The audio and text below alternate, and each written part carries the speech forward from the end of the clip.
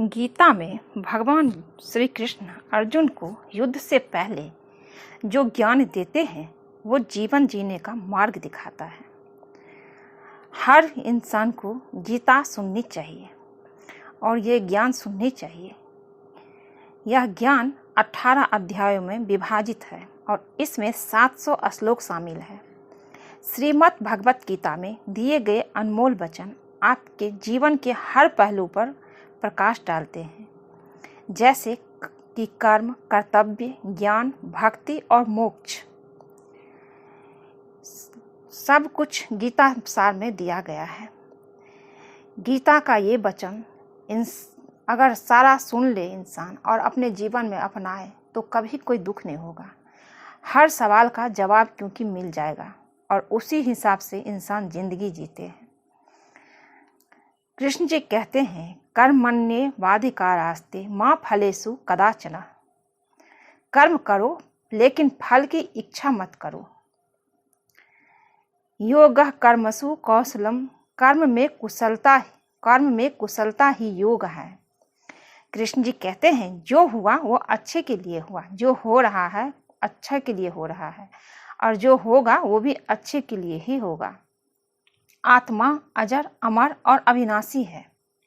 क्रोध से भ्रम उत्पन्न होता है और भ्रम से बुद्धि का नाश होता है। कर्म ही पूजा है। अपने कर्मों को ईश्वर की पूजा के रूप में समझो। अज्ञान अंधकार है, ज्ञान प्रकाश है। ज्ञान से अज्ञान को दूर करो। मन को शांत रखो क्योंकि शांत मन जीवन में आनंद लाता है। अपने कर्तव्य पर ध्यान दो, फल की इच्छा मत करो। हर मनुष्य में भगवान की शक्ति है। जो लाभ हानि, जय पराजय, सुख दुख से विचलित नहीं होता, वो आत्म में ही आनंद प्राप्त कर लेता है। इन वचनों के अलावा गीता में ज्ञान, भक्ति और मोक्ष के बारे में भी कृष्ण जी अर्जुन को बताए हैं। यह गीता का वीडियो गीता के महत्वपूर्ण विचार आप सबके सामने लाई हूँ। जब वीर अर्जुन रणभूमि में अनिर्णय की स्थिति में था, तब भगवान श्री कृष्ण ने उनके शिष्य अर्जुन को गीता का ज्ञान का उपदेश दिया। वो उपदेश न केवल अर्जुन के लिए तारक था, बल्कि हर मानव इससे अपना उद्धार कर पाते हैं गीता सुन के। गीता जगत में आध्यात्मिकता, योग और भक्ति पर सभी ग्रंथों में सबसे ज़्यादा महत्वपूर्ण ग्रंथ है। गीता वेदों का सार है। भगवान कृष्ण की वाणी है, इसलिए इसकी महिमा हम कुछ शब्दों में नहीं बता सकते हैं। लेकिन आज वीडियो शुरू करने से पहले आप सबको बता देती हूँ कि अंत तक जरूर बने रहिएगा, तभी आपको गीता के सारे वचन समझ आएंगे। जितना ज़्यादा हो सके गीता का ज्ञान आप सबके सामने लाती हूँ, सुनाती हूँ। वीडियो अच्छा लगे तो चैनल को लाइक शेयर सब्सक्राइब कीजिए, ताकि लोगों का भी ये वीडियो दूसरे लोगों तक भी पहुँचे और उन्हें भी गीता का ज्ञान मिले। कृष्ण जी कहते हैं, मैं सभी जीवों में असीम परमात्मा हूँ। मुझसे ही स्मृति, ज्ञान और विस्मृति होती है। जो योगी कर्म में अकर्म और अकर्म में कर्म देखता है, वो बुद्धिमान होता है। मैं ही समस्त भौतिक और आध्यात्मिक जगतों का कारण हूँ। कृष्ण कहते हैं, हे अर्जुन, तुम यह ज्ञान निश्चित ही जानो, मेरे भक्त का कभी विनाश या पतन नहीं होता। यदि कोई बड़े से बड़ा दुराचारी भी अनन्य भक्ति से मुझे भजता है, तो वो भी साधु कहने के योग्य है। उसकी शीघ्र ही मुक्ति हो जाती है और वो धर्मात्मा बन जाता है और शांति प्राप्त करता है। कृष्ण कहते हैं, मुझे ना कोई जीव अप्रिय है और ना प्रिय है, लेकिन जो श्रद्धा और भक्ति से मेरी उपासना करते हैं वो मेरे समीप होते हैं और मैं भी उनके समीप होता हूँ। हे अर्जुन, तुम सदा मेरा स्मरण करो और अपना नियत कर्म करो। मुझे अर्पण किए बुद्धि और मन युक्त होकर तुम मुझ में वास करोगे और मुझे प्राप्त करोगे। जैसे प्रज्वलित अग्नि लकड़ी को जला देती है, वैसे ही ज्ञान कर्म बंधनों को नष्ट कर देता है। हमेशा संतुष्ट रहने वाला, ईर्ष्या रहित, ईर्षा रहित सफलता और असफलता में संभाव रहने वाला योगी कर्म करता हुआ भी कर्म से नहीं बंधता। हे अर्जुन, जो आशा रहित है, जिसने चंचल मन और इंद्रियों को अपने बस में कर लिया है, जिसने सब प्रकार के स्वात्मिक का परित्याग कर दिया है, वो मनुष्य देह से कर्म करते हुए भी पाप को प्राप्त नहीं होता और कर्म बंधन से मुक्त हो जाता है। कृष्ण कहते हैं, हे अर्जुन, जो आशा रहित है, जिसने चंचल मन और इंद्रियों को अपने बस में कर लिया है, जिसने सब प्रकार के स्वात्मिक का परित्याग कर दिया है, वो मनुष्य देह के से कर्म करते हुए भी पाप को प्राप्त नहीं होता और कर्म बंधन से मुक्त हो जाता है। जो भक्त जिस किसी मनोकामना से अर्थ देवताओं की पूजा करते हैं, मैं उनकी मनोकामना पूर्ण कर देता हूँ और उनकी श्रद्धा को उसी देवता में स्थिर करता हूँ ताकि वो उसी देवता की पूजा कर सके। ऐसे लोग मुझे प्राप्त कर सकते हैं, क्योंकि ईश्वर तो एक है। मेरे जन्म और कर्म दिव्य है। जो मेरा भक्त भली भांति यह ज्ञान जान लेता है, वो जन्म मरण शोक से मुक्त होकर मेरे परम धाम को प्राप्त हो जाता है। नरक के 3 द्वार है, काम, क्रोध और लोभ, इसलिए इनका त्याग करो। अप्राकृतिक कर्म बहुत तनाव पैदा करते हैं। इंद्रियां शरीर से श्रेष्ठ है और इंद्रियों से परे है मन। मन से श्रेष्ठ बुद्धि और आत्मा बुद्धि से भी श्रेष्ठ है। मन, बुद्धि और इंद्रियां काम के निवास स्थान है। यह काम इन्हें बस ने कर मनुष्य को ज्ञान को ढक देता है और मनुष्य भटक जाता है। जो मनुष्य बिना आलोचना किए श्रद्धा पूर्वक मेरे उपदेश का सदा पालन करते हैं, वे कर्म बंधनों से मुक्त हो जाते हैं। अशांत मन को नियंत्रित करना कठिन है, लेकिन अभ्यास से इसे नियंत्रित और आत्मा के बस में किया जा सकता है। कोई कर्म का त्याग कर कर्म बंधन से मुक्त नहीं हो सकता, न कहीं कर्म के त्याग से सिद्धि प्राप्त होती है। कोई भी मनुष्य क्षण के लिए भी बिना कर्म के नहीं रह सकता। कर्म तो हमेशा करना ही पड़ता है। जो मनुष्य सभी कामनाओं का त्याग कर इच्छा, अहंकार, ममता से रहित होकर विचरण करता है, वही शांति प्राप्त करता है। जैसे तूफान तैरती नाव को लक्ष्य से दूर बहा ले जाता है, वैसे ही इंद्रिय सुख व्यक्ति को गलत मार्ग पर ले जाता है। जो तुम करते हो उसके फल को भगवान को अर्पण करो। ऐसे करने से तुम जीवन मुक्ति का आनंद अनुभव करोगे। शांति से सभी दुख समाप्त हो जाते हैं और शांत चित्त योगी की बुद्धि शीघ्र ही स्थिर होकर परमात्मा से युक्त हो जाती है। विषयों का चिंतन करने से विषयों में आसक्ति होती है। आसक्ति से कामना, कामना से क्रोध, क्रोध से सम्मोहन और अविवेक से मनु भ्रष्ट हो जाता है और बुद्धि का नाश हो जाता है और बुद्धि का नाश से मनुष्य का पतन हो जाता है। कृष्ण कहते हैं, हे कुंती पुत्र, संयम का यह प्रयत्न करते हुए ज्ञानी का मन भी इंद्रियां बलपूर्वक हर लेती है। जिसकी इंद्रियां बस में होती है, उसकी बुद्धि स्थिर होती है।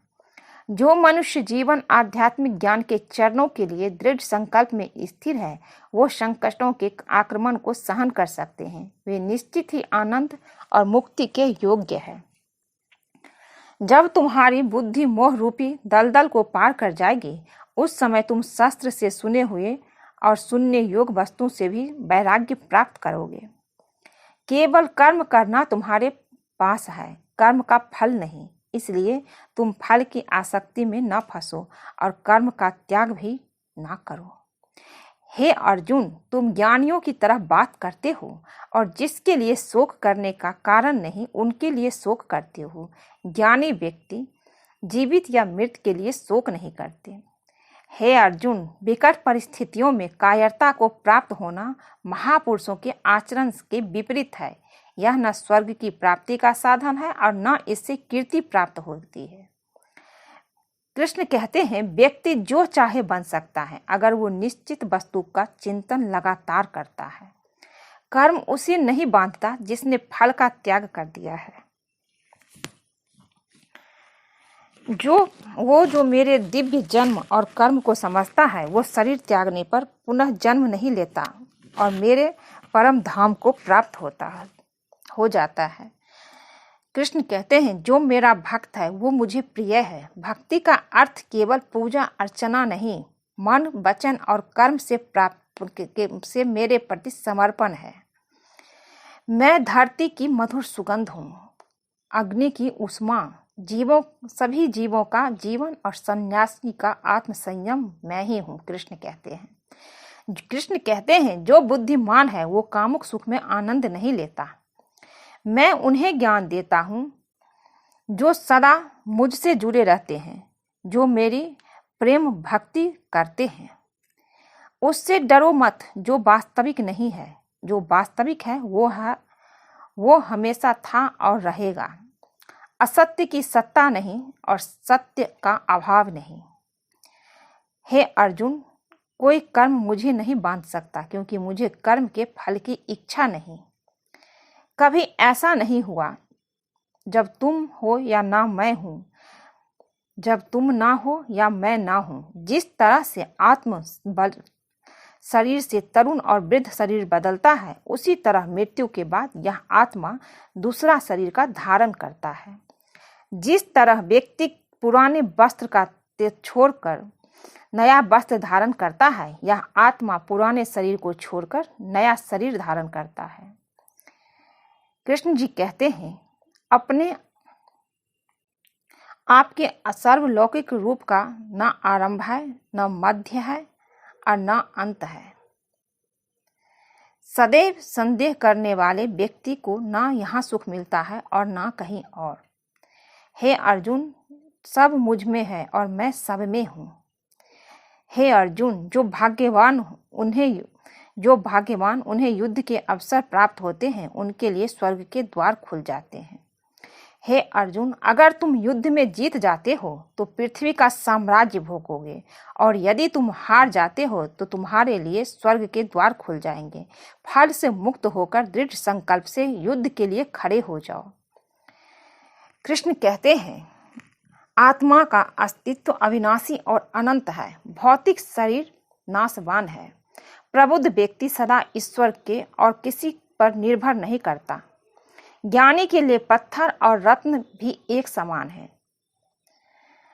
मैं सभी पापों से मुक्ति दूंगा। सभी सुख का त्याग करो और मेरी प्रेम भक्ति में लीन हो जाओ। कृष्ण कहते हैं परम शांति उनके साथ होती है जिनके मन और आत्मा में एकता हो, जो इच्छा और क्रोध से मुक्त हो और जो अपनी आत्मा को सही मायने में जानता हो। अपना अनिवार्य कर्म करो क्योंकि कार्य करना निष्क्रियता से बेहतर है। ऐसा कुछ भी नहीं चेतन और अचेतन जो मेरे बिना अस्तित्व में हो। मैं सभी जीवों के हृदय में आसीन परमात्मा हूँ। मैं भूत भविष्य और वर्तमान के सभी प्राणियों को जानता हूँ, लेकिन मुझे कोई नहीं जानता। मुझे ना कई तप से जाना जाता है, मुझे ना कई तप से जाना जा सकता है, ना यज्ञ से और ना कर्म कांड से, लेकिन अपने भक्तों के लिए मैं सहज हूँ।